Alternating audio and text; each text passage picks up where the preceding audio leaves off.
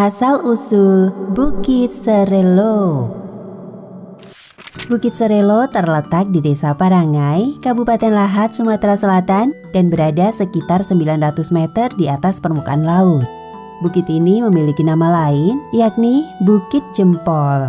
Namun ada juga yang menyebutnya Bukit Tunjuk.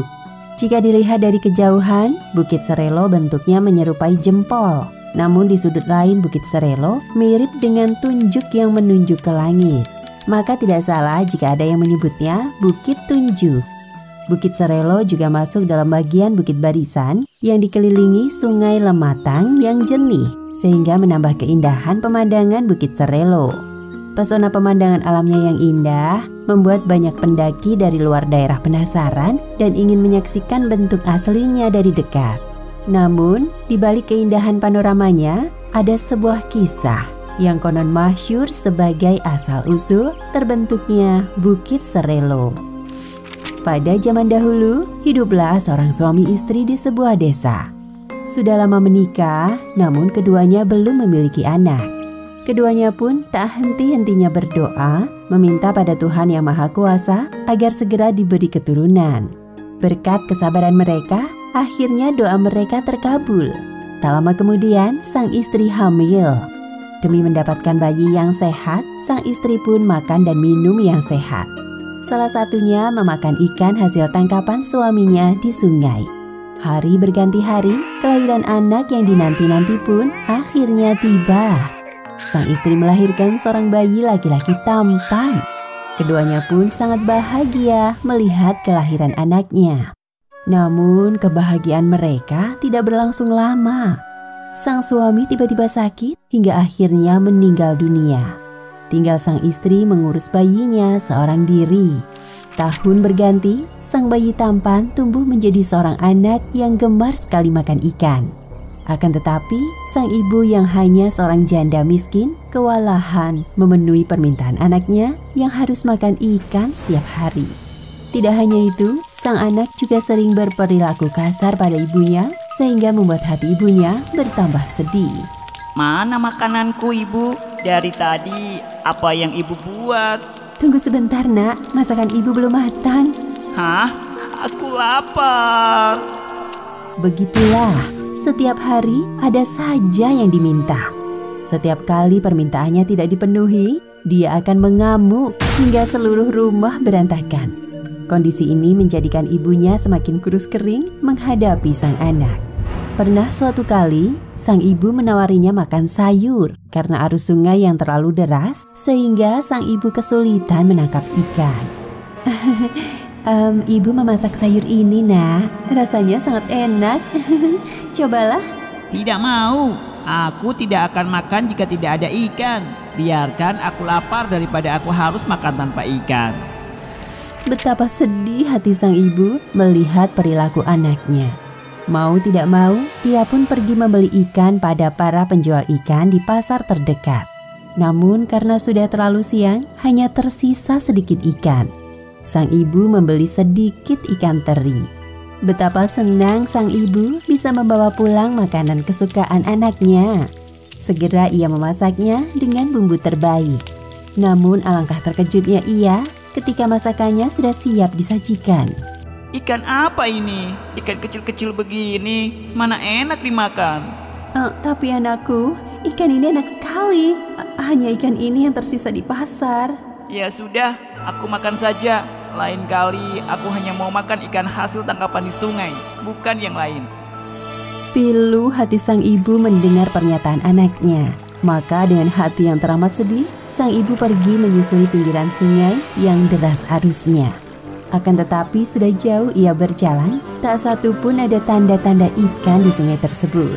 Karena tidak menemukan ikan dan hari sudah semakin siang, sang ibu akhirnya pulang. Ia tidak peduli lagi jika anaknya akan memarahinya karena tidak membawa seekor ikan pun. Ibu sudah pulang, mana ikannya? Ibu tidak dapat satu ikan pun, Nak. Di sungai tak terlihat satupun ikan. Tidak mungkin. Ibu pasti salah lihat. Kalau tidak dengan ikan dari sungai, aku tidak mau makan. Merasa sangat sedih dengan perkataan anaknya, sang ibu akhirnya pergi ke sebuah gunung.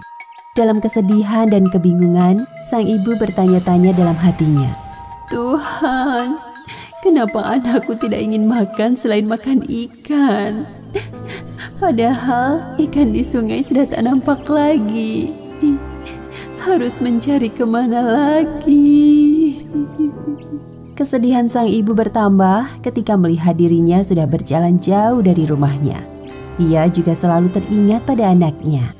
Tuhan, seandainya aku bisa menjadi bukit yang menunjuk ke arah anakku. Tanpa sang ibu sadari, tiba-tiba langit bergemuruh, hujan turun sangat deras hingga terjadi longsor. Usai hujan reda, muncul sebuah bukit yang unik. Bukit tersebut menyerupai telunjuk yang mencuat ke langit. Sementara itu, sang anak yang merasa kelaparan di rumah seorang diri, akhirnya merasa membutuhkan makanan ibunya. Namun ibunya tak ada di rumah.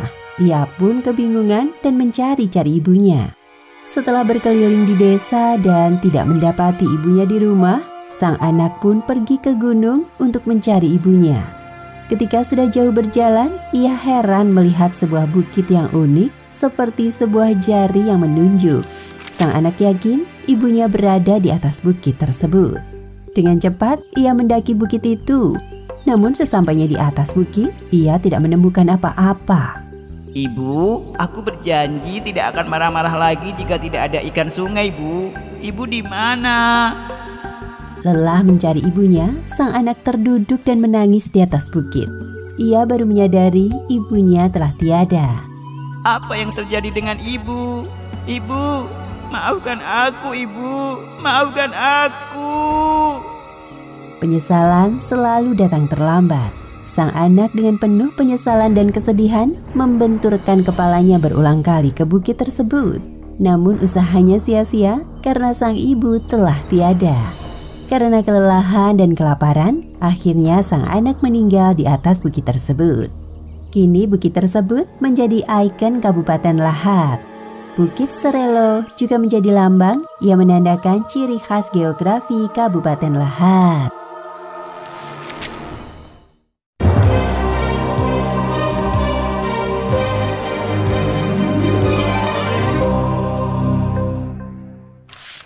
Asal-usul Bukit Serelo. Bukit Serelo terletak di Desa Parangai, Kabupaten Lahat, Sumatera Selatan dan berada sekitar 900 meter di atas permukaan laut. Bukit ini memiliki nama lain, yakni Bukit Jempol. Namun ada juga yang menyebutnya Bukit Tunjuk. Jika dilihat dari kejauhan, Bukit Serelo bentuknya menyerupai jempol. Namun di sudut lain Bukit Serelo mirip dengan tunjuk yang menunjuk ke langit. Maka tidak salah jika ada yang menyebutnya Bukit Tunjuk. Bukit Serelo juga masuk dalam bagian Bukit Barisan yang dikelilingi Sungai Lematang yang jernih, sehingga menambah keindahan pemandangan Bukit Serelo. Pesona pemandangan alamnya yang indah membuat banyak pendaki dari luar daerah penasaran dan ingin menyaksikan bentuk aslinya dari dekat. Namun, di balik keindahan panoramanya, ada sebuah kisah yang konon masyhur sebagai asal-usul terbentuknya Bukit Serelo. Pada zaman dahulu, hiduplah seorang suami istri di sebuah desa. Sudah lama menikah, namun keduanya belum memiliki anak. Keduanya pun tak henti-hentinya berdoa, meminta pada Tuhan Yang Maha Kuasa agar segera diberi keturunan. Berkat kesabaran mereka, akhirnya doa mereka terkabul. Tak lama kemudian, sang istri hamil. Demi mendapatkan bayi yang sehat, sang istri pun makan dan minum yang sehat. Salah satunya memakan ikan hasil tangkapan suaminya di sungai. Hari berganti hari, kelahiran anak yang dinanti-nanti pun akhirnya tiba. Sang istri melahirkan seorang bayi laki-laki tampan. Keduanya pun sangat bahagia melihat kelahiran anaknya. Namun kebahagiaan mereka tidak berlangsung lama. Sang suami tiba-tiba sakit hingga akhirnya meninggal dunia. Tinggal sang istri mengurus bayinya seorang diri. Tahun berganti, sang bayi tampan tumbuh menjadi seorang anak yang gemar sekali makan ikan. Akan tetapi, sang ibu yang hanya seorang janda miskin kewalahan memenuhi permintaan anaknya yang harus makan ikan setiap hari. Tidak hanya itu, sang anak juga sering berperilaku kasar pada ibunya sehingga membuat hati ibunya bertambah sedih. Mana makananku, Ibu? Dari tadi apa yang Ibu buat? Tunggu sebentar, Nak. Masakan ibu belum matang. Hah? Aku lapar. Begitulah, setiap hari ada saja yang diminta. Setiap kali permintaannya tidak dipenuhi, dia akan mengamuk hingga seluruh rumah berantakan. Kondisi ini menjadikan ibunya semakin kurus kering menghadapi sang anak. Pernah suatu kali, sang ibu menawarinya makan sayur karena arus sungai yang terlalu deras sehingga sang ibu kesulitan menangkap ikan. Ibu memasak sayur ini, Nak. Rasanya sangat enak. Cobalah. Tidak mau. Aku tidak akan makan jika tidak ada ikan. Biarkan aku lapar daripada aku harus makan tanpa ikan. Betapa sedih hati sang ibu melihat perilaku anaknya. Mau tidak mau, ia pun pergi membeli ikan pada para penjual ikan di pasar terdekat. Namun karena sudah terlalu siang, hanya tersisa sedikit ikan. Sang ibu membeli sedikit ikan teri. Betapa senang sang ibu bisa membawa pulang makanan kesukaan anaknya. Segera ia memasaknya dengan bumbu terbaik. Namun alangkah terkejutnya ia ketika masakannya sudah siap disajikan. Ikan apa ini? Ikan kecil-kecil begini, mana enak dimakan? Tapi anakku, ikan ini enak sekali. Hanya ikan ini yang tersisa di pasar. Ya sudah, aku makan saja. Lain kali aku hanya mau makan ikan hasil tangkapan di sungai, bukan yang lain. Pilu hati sang ibu mendengar pernyataan anaknya. Maka dengan hati yang teramat sedih, sang ibu pergi menyusuri pinggiran sungai yang deras arusnya. Akan tetapi sudah jauh ia berjalan, tak satu pun ada tanda-tanda ikan di sungai tersebut. Karena tidak menemukan ikan dan hari sudah semakin siang, sang ibu akhirnya pulang. Ia tidak peduli lagi jika anaknya akan memarahinya karena tidak membawa seekor ikan pun. Ibu sudah pulang, mana ikannya? Ibu tidak dapat satu ikan pun, Nak. Di sungai tak terlihat satu pun ikan. Tidak mungkin. Ibu pasti salah lihat. Kalau tidak dengan ikan dari sungai, aku tidak mau makan. Merasa sangat sedih dengan perkataan anaknya, sang ibu akhirnya pergi ke sebuah gunung. Dalam kesedihan dan kebingungan, sang ibu bertanya-tanya dalam hatinya. Tuhan, kenapa anakku tidak ingin makan selain makan ikan? Padahal ikan di sungai sudah tak nampak lagi. Harus mencari kemana lagi? Kesedihan sang ibu bertambah ketika melihat dirinya sudah berjalan jauh dari rumahnya. Ia juga selalu teringat pada anaknya. Tuhan, seandainya aku bisa menjadi bukit yang menunjuk ke arah anakku. Tanpa sang ibu sadari, tiba-tiba langit bergemuruh. Hujan turun sangat deras hingga terjadi longsor. Usai hujan reda, muncul sebuah bukit yang unik. Bukit tersebut menyerupai telunjuk yang mencuat ke langit. Sementara itu, sang anak yang merasa kelaparan di rumah seorang diri, akhirnya merasa membutuhkan makanan ibunya. Namun ibunya tak ada di rumah. Ia pun kebingungan dan mencari-cari ibunya. Setelah berkeliling di desa dan tidak mendapati ibunya di rumah, sang anak pun pergi ke gunung untuk mencari ibunya. Ketika sudah jauh berjalan, ia heran melihat sebuah bukit yang unik seperti sebuah jari yang menunjuk. Sang anak yakin ibunya berada di atas bukit tersebut. Dengan cepat, ia mendaki bukit itu. Namun sesampainya di atas bukit, ia tidak menemukan apa-apa. Ibu, aku berjanji tidak akan marah-marah lagi jika tidak ada ikan sungai, Bu. Ibu di mana? Lelah mencari ibunya, sang anak terduduk dan menangis di atas bukit. Ia baru menyadari ibunya telah tiada. Apa yang terjadi dengan ibu? Ibu, maafkan aku, Ibu. Maafkan aku. Penyesalan selalu datang terlambat. Sang anak dengan penuh penyesalan dan kesedihan membenturkan kepalanya berulang kali ke bukit tersebut. Namun usahanya sia-sia karena sang ibu telah tiada. Karena kelelahan dan kelaparan, akhirnya sang anak meninggal di atas bukit tersebut. Kini bukit tersebut menjadi ikon Kabupaten Lahat. Bukit Serelo juga menjadi lambang yang menandakan ciri khas geografi Kabupaten Lahat.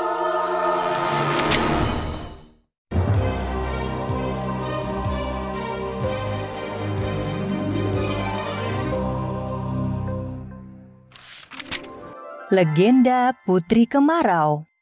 Kisah dari Provinsi Sumatera Selatan. Alkisah, ribuan tahun yang lampau, terdapat sebuah negeri yang terletak di Sumatera bagian selatan. Sekarang, Sumatera Selatan menjadi provinsi dengan ibu kota di Palembang. Sumatera Selatan merupakan salah satu provinsi yang berada pada pesisir timur Pulau Sumatera.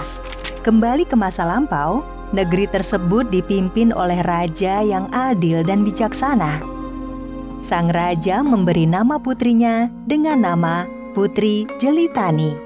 Karena lahir di musim kemarau, sang raja juga memanggil putrinya dengan sebutan Putri Kemarau. Beberapa tahun setelah kelahiran Putri Jelitani, sang permaisuri meninggal dunia.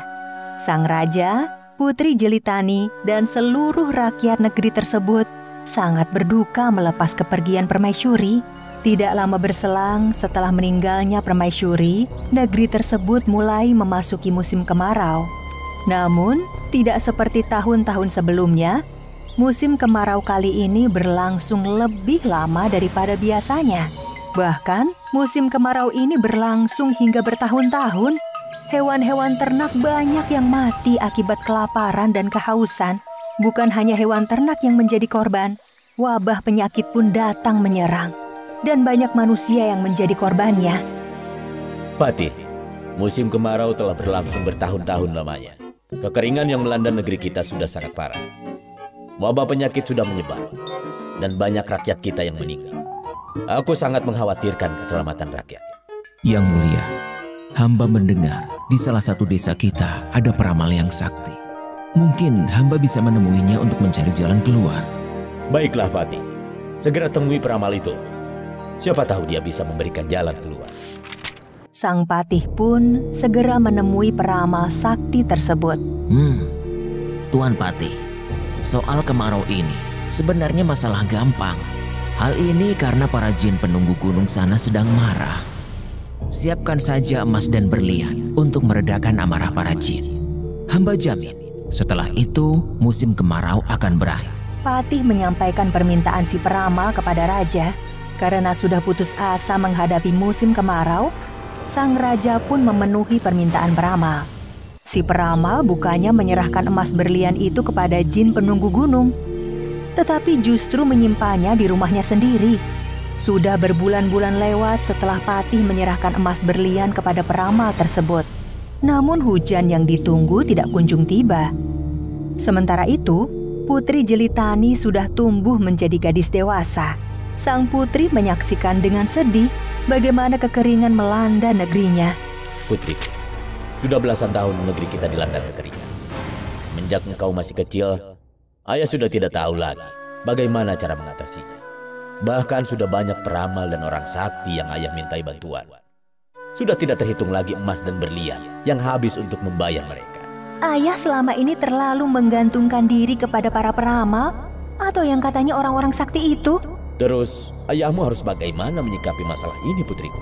Ayah, hanya Tuhan yang Maha Kuasa yang bisa menurunkan hujan. Sebaiknya kita semua tidak boleh berputus asa meminta pertolongan kepada Tuhan. Setiap hari, baik siang maupun malam, Putri Jelitani tidak henti-hentinya berdoa kepada Tuhan agar segera menurunkan hujan. Sedangkan sang raja kini tidak lagi mendatangi para peramal atau orang-orang yang dianggap sakti. Hingga suatu malam, dalam tidurnya, Putri Jelitani bermimpi didatangi ibunya. "Jelitani, putriku." "Ibunda." "Putriku, kekeringan yang melanda negeri kita bisa berakhir jika ada seorang gadis yang bersedia mengorbankan dirinya dengan menceburkan dirinya ke dalam laut." Keesokan paginya, dengan tergopoh-gopoh, Putri Jelitani menemui ayahnya. "Ayah, sepertinya sudah ada jalan keluar untuk masalah negeri kita." Katakan putriku, bagaimana jalan keluarnya? "Semalam aku bermimpi bertemu dengan ibunda. Beliau mengatakan bahwa untuk mengatasi kekeringan di negeri kita, harus ada seorang gadis yang mau berkorban diceburkan ke dalam laut." Raja pun memerintahkan para prajuritnya menyebar pengumuman agar rakyat berkumpul di alun-alun kerajaan. Setelah rakyat berkumpul, raja segera menyampaikan mimpi Putri Jelitani. Semua rakyat mendengar dengan seksama tanpa ada sedikit pun yang berani berbicara. Nah, sekarang adakah gadis di antara kalian yang bersedia berkorban demi negeri kita? Hanya ada keheningan, tidak satupun yang menjawab, hingga terdengar suara seorang gadis. Aku bersedia. Ayah, aku bersedia mengorbankan diriku demi negeri ini. Tapi... Ayah, lihatlah, mereka itu rakyat kita. Kelak, aku akan memimpin negeri ini. Sudah seharusnya pemimpin berkorban demi rakyatnya, bukan sebaliknya. Raja pun tidak bisa menghalangi keinginan putri sematawayangnya. Esok harinya, sebuah kapal berlayar ke tengah laut. Putri Jelitani pun bersiap untuk melompat ke dalam laut. Ayah, ikhlaskan kepergianku. Semua ini demi rakyat dan negeri kita. Selamat tinggal, Ayah. Tidak lama setelah Putri Jelitani menceburkan dirinya ke dalam laut, awan hitam dan suara petir pun bergemuruh di langit negeri itu. Hujan deras pun mengguyur negeri yang selama belasan tahun dilanda kekeringan. Sungai, kebun, sawah-sawah kembali tergenang air. Negeri yang telah lama dilanda kekeringan itu kembali subur. Tanaman tumbuh dengan subur dan sungai kembali mengalir serta penuh dengan ikan. Ketika rakyat bersukacita negerinya kembali menjadi subur, sang raja justru dilanda kesedihan yang mendalam. Putri satu-satunya kini telah tiada. Setiap hari, sang raja selalu datang ke pantai dan memandangi lautan. Pada hari ke-7 setelah Putri Jelitani menceburkan dirinya ke laut, sang raja yang sedang duduk di pantai terkejut melihat ombak besar mendatanginya. Ketika ombak tersebut habis di pantai, sang raja terkejut melihat sosok perempuan berjalan mendatanginya. Raja sangat terkejut bercampur bahagia melihat sosok perempuan yang datang tersebut ternyata adalah Putri Jelitani. Putriku, syukurlah engkau kembali lagi. Tuhan menyelamatkanmu karena keikhlasanmu demi rakyat dan negerimu. Sang raja sangat bahagia Putri Jelitani telah kembali. Sang raja memutuskan turun tahta dan menyerahkan tampuk kepemimpinan kepada Putri Jelitani.